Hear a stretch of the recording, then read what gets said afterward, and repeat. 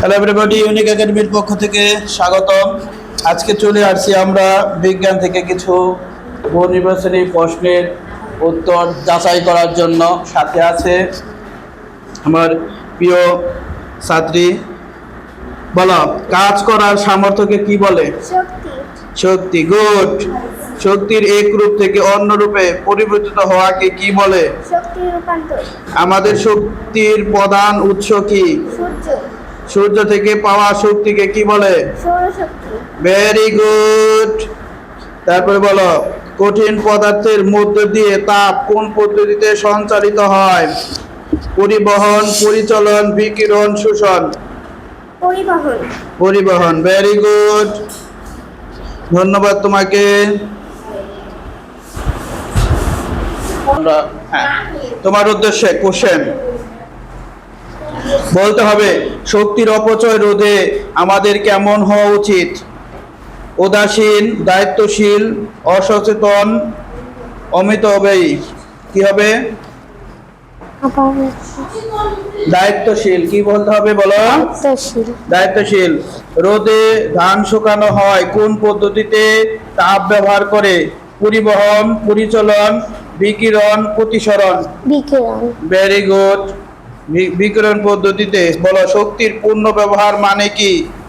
শক্তি নষ্ট করা, নতুন শক্তি তৈরি করা, শক্তিকে বারবার কাজে লাগানো, শক্তিকে সঞ্চয় করা। শক্তিকে বারবার কাজে লাগানো। তারপরে বলো, কোনো মাধ্যম ছাড়াই তাপ সঞ্চালনের পদ্ধতিকে কি বলে?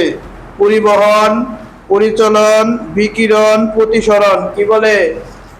মাধ্যম লাগে না কোন পদ্ধতিতে? বিকিরণ। কি পদ্ধতিতে বলো? বিকিরণ। তোমাকে ধন্যবাদ। ওকে, বলো, তুমি বলো, তরল ও বায়বীয় পদার্থের মধ্য দিয়ে তাপ কোন পদ্ধতিতে সঞ্চালিত হয়? পরিবহন, পরিচলন, বিকিরণ, বিক্ষেপণ। তরল পরিচলন, গুড। পানিতে তাপ দিলে নিচের পানিতে তাপ দিলে নিচের পানি উপরে উঠে আসে কোন পদ্ধতিতে? পরিবহন, প্রতিসরণ, বিকিরণ, পরিচলন। পরিচলন। পরিচলন, ভেরি গুড। কোনো মাধ্যম ছাড়াই তাপ সঞ্চালনের পদ্ধতিকে কি বলে? বিকিরণ। বিকিরণ। তোমাকে ধন্যবাদ। তোমার উদ্দেশ্যে প্রশ্ন, বলো, টেলিভিশনে কোন শক্তির রূপান্তর ঘটে? বিদ্যুৎ শক্তি, আলো ও তাপ। বিদ্যুৎ, আলো, শব্দ। হ্যাঁ, আলো, শব্দ, গুড। তাপের এক স্থান থেকে অন্য স্থানে যাওয়ার প্রক্রিয়াকে কি বলা হয়? তাপ সঞ্চালন। তাপ সঞ্চালন, ভেরি গুড। তারপর বলো, সূর্য থেকে পাওয়া শক্তিকে কি বলা হয়? সূর্যকে পাওয়া 4 নাম্বার, বিদ্যুৎ শক্তি, সৌরশক্তি। সৌরশক্তি।